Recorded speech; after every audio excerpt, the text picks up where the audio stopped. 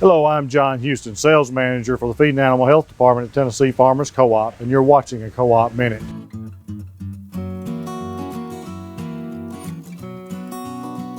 So when we think about feeding beef cattle, there's lots of options and lots of beef production in Tennessee.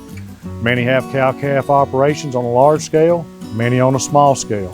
There's many stocker operations from large to small. There's also show cattle. There's also those who are developing bulls and those who are developing heifers, those who are feeding calves.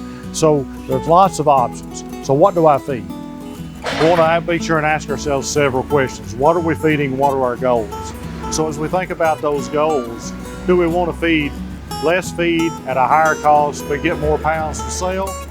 Do we want to tow the cows to the barnyard, to the lot, just to load them? What is it we want to do? We want to develop heifers. We want to push heifers. Do we want to get heifers bred? And we ask those questions, then we can decide, well, I want to feed this feed. I want to feed a pellet because I don't want them to sort it. I want to feed a pellet so they get the same nutrition in every bite.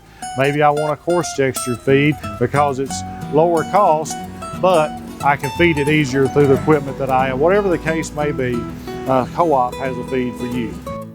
Thanks for watching this Co-op Minute, and check back next week for more tips.